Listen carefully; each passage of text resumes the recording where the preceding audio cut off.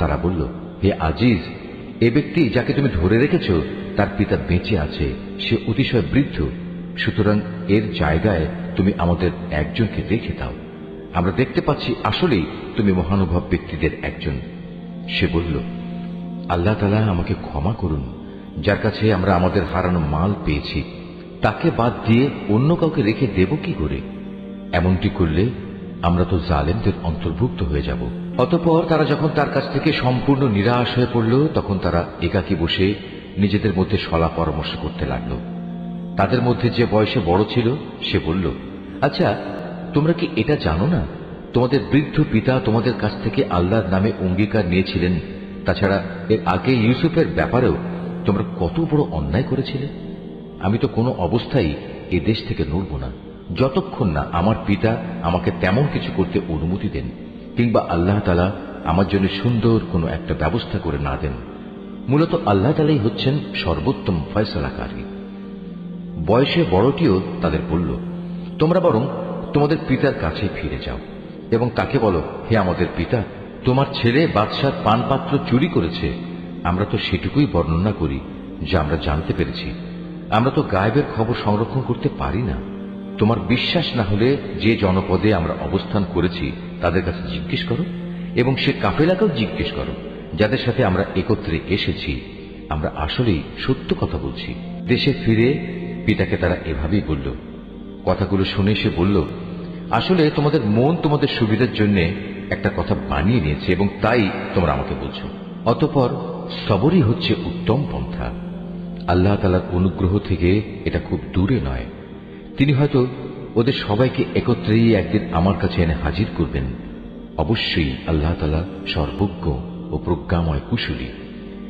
সে ওদের কাছ থেকে মুখ ফিরিয়ে নিল এবং নিজে নিজে বলল, হাই ইউসুফ, তুমি এখন কোথায়?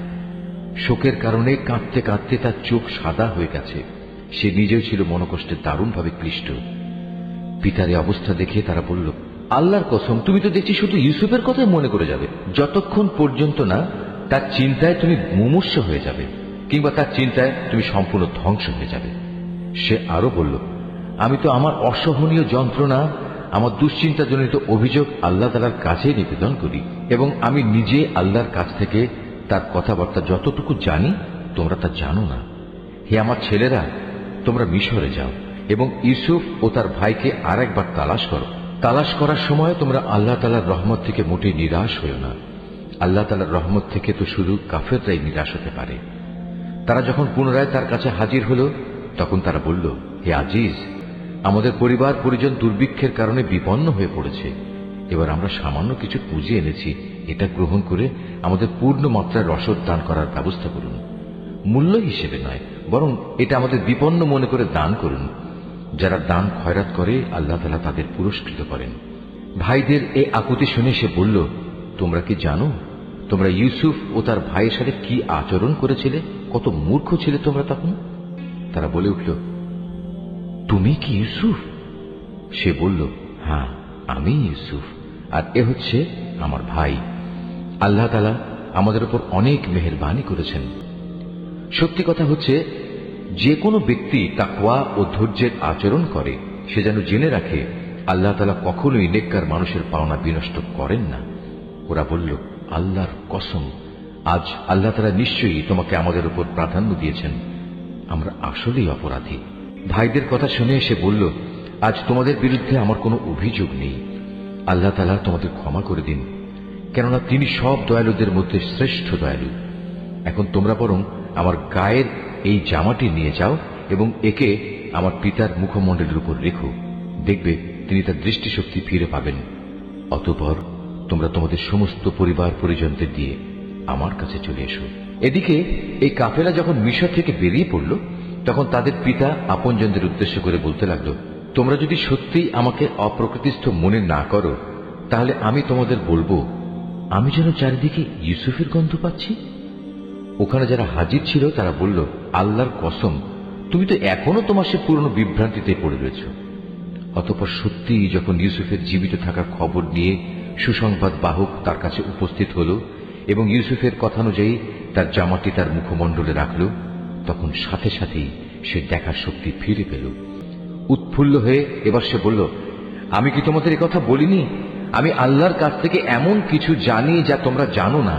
তারা বলল, হে আমাদের পিতা, আমরা অপরাধ করেছি, তুমি আল্লাহর কাছে আমাদের গুনাহ ক্ষমা প্রার্থনা করো, সত্যি আমরা বড় গুনাহগার। সে বলল, অচিরেই আমি তোমাদের গুনার মার্জনার জন্য আমার মালিকের কাছে দোয়া করব, অবশ্যই তিনি ক্ষমাশীল ও পরম দয়ালু। অতঃপর যখন তারা সবাই ইউসুফের কাছে মিশরে চলে এলো, তখন সে তার পিতামাতাকে সম্মানের সাথে নিজের পাশে স্থান দিল এবং তাদের স্বাগত জানিয়ে সে বলল, তোমরা সবাই এবার আল্লাহর ইচ্ছায় নিরাপদে মিশরে প্রবেশ করো। সেখানে যাওয়ার পর সে তার পিতামাতাকে সম্মানের উচ্চ আসনে বসালো এবং ওরা সবাই দরবারের নিয়ম অনুযায়ী তার প্রতি সম্মানের সাজদা করল। এ সময় ইউসুফের তার অতীত স্বপ্নের কথা মনে হয়ে গেল। সে বলল, হে আমার পিতা, এ হচ্ছে আমার ইতিপূর্বেকার সে স্বপ্নের ব্যাখ্যা। আজ আমার মালিক যা সত্যে পরিণত করেছেন, তিনি আমাকে জেল থেকে বের করে আমার উপর অনুগ্রহ করেছেন। তিনি তোমাদের মরুভূমির আরেক প্রান্ত থেকে রাজ দরবারে এনে তোমাদের উপর মেহেরবানি করেছেন। এমনকি শয়তান আমার এবং আমার ভাইদের মধ্যেকার সম্পর্ক খারাপ করার গভীর চক্রান্ত করার পরেও তিনি দয়া করেছেন। অবশ্যই আমার মালিক যা ইচ্ছা করেন তা অত্যন্ত নিপুণতার সাথে আঞ্জাম দেন। নিশ্চয়ই তিনি সর্বজ্ঞ ও প্রবল প্রজ্ঞাময়। হে আমার মালিক, তুমি আমাকে যেমনি রাষ্ট্র ক্ষমতা দান করেছ, তেমনি স্বপ্নের ব্যাখ্যা সহ দুনিয়ার আরো বহু বিষয় আশয় শিক্ষা দিয়েছ। হে আসমান সমূহ ও জমিনের স্রষ্টা, তুমি আমার একমাত্র অভিভাবক, দুনিয়াতেও এবং আখিরাতেও। একজন অনুগত বান্দা হিসেবে তুমি আমার মৃত্যু দিও এবং পরকালে আমাকে নেককার মানুষদের দলে শামিল করো। হে নবী, এই যে ইউসুফের কাহিনী যা আমি তোমাকে শোনালাম, তা হচ্ছে তোমার অদেখা ঘটনাসমূহের একটি। এটা আমি তোমাকে ওহির মাধ্যমেই জানিয়েছি। নতুবা তারা যখন ইউসুফের বিরুদ্ধে তাদের পরিকল্পনা চূড়ান্ত করছিল এবং তারা যখন তার বিরুদ্ধে যাবতীয় ষড়যন্ত্র চালিয়ে যাচ্ছিল, তখন তুমি তো সেখানে হাজির ছিলে না। এ সত্ত্বেও অধিকাংশ মানুষের অবস্থা হচ্ছে, যত দলিল প্রমাণই দেয়া হোক না কেন, তারা কখনো ঈমান আনার মতো নয়। অথচ তুমি তো তাদের কাছ থেকে এই দাওয়াত ও তাবলীগের জন্য কোনো পারিশ্রমিক দাবি করছো না। তাছাড়া এ কোরআন দুনিয়া জাহানের অধিবাসীদের জন্য একটি নসিহত বই তো নয়। এ আকাশমণ্ডলী ও জমিনে আল্লাহর কুদরতের কত বিপুল পরিমাণ নিদর্শন রয়েছে, যার উপর দিয়ে মানুষ প্রতিনিয়ত অতিবাহন করে, কিন্তু তারা তার প্রতি ক্ষমাহীন উদাসীন থাকে। তাদের অধিকাংশ মানুষই আল্লাহ তাআলার উপর ঈমান আনে না। তারা আল্লাহ তাআলার সাথে শিরক করতেই থাকে। তবে তারা কি এ বিষয়ে নির্ভর হয়ে গেছে যে হঠাৎ করে একদিন তাদের উপর আল্লাহ তাআলার সর্বগ্রাসী আযাবের শাস্তি কিংবা আকস্মিক কিয়ামত আপতিত হবে? অথচ তারা তা জানতেও পারবে না।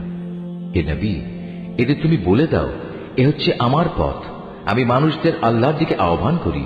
আমি ও আমার অনুসারীরা পূর্ণাঙ্গ সচেতনতার সাথেই এই পথে আহ্বান জানাই। আল্লাহ তাআলা মহান, পবিত্র এবং আমি কখনো মুশরিকদের অন্তর্ভুক্ত নই। তোমার আগে বিভিন্ন জনপদে যত নবী আমি পাঠিয়েছিলাম, তারা সবাই তোমার মতো মানুষই ছিল। আমি তাদের উপর ওহী নাজিল করতাম। এরা কি আমার জমিন পরিভ্রমণ করেনি? করলে অবশ্যই তারা দেখতে পেত এদের পূর্বেকার লোকদের কি ভয়াবহ পরিণাম হয়েছিল। সত্য কথা হচ্ছে, আখিরাতের ঠিকানা তাদের জন্যই কল্যাণময়, যারা নবীদের পথে চলে তাকওয়া অবলম্বন করেছে। পূর্ববর্তী মানুষদের পরিণাম দেখেও কি তোমরা কিছু অনুধাবন করবে না? আগেও মানুষ নবীদের মিথ্যা সাব্যস্ত করত, এমনকি নবীরা কখনো কখনো নিরাশ হয়ে যেত। তারা মনে করত তারা বুঝি সাহায্যের প্রতিশ্রুতিতে মিথ্যাবাদী সাব্যস্ত হয়ে যাবে। তখন হঠাৎ করেই তাদের কাছে আমার সাহায্য এসে হাজির হল। তখন আমি যাকে চাইলাম তাকে শুধু আযাব থেকে নাজাত দিলাম, আর নাফরমান জাতির উপর থেকে আমার আযাব কেউই রোধ করতে পারে না। অবশ্যই অতীতের জাতিসমূহের কাহিনীতে জ্ঞানবান মানুষদের জন্য অনেক শিক্ষা রয়েছে। কোরআনের এসব কথা কোনো মন গড়া গল্প নয়, বরং এ হচ্ছে তারই স্পষ্ট সমর্থন যে আসমানি কিতাব তাদের কাছে আগে থেকেই মজুদ রয়েছে, বরং তাতে রয়েছে প্রতিটি বিষয়ের বিস্তারিত ও সঠিক ব্যাখ্যা। সর্বোপরি এতে রয়েছে ঈমানদার মানুষদের জন্য হেদায়েত ও রহমত।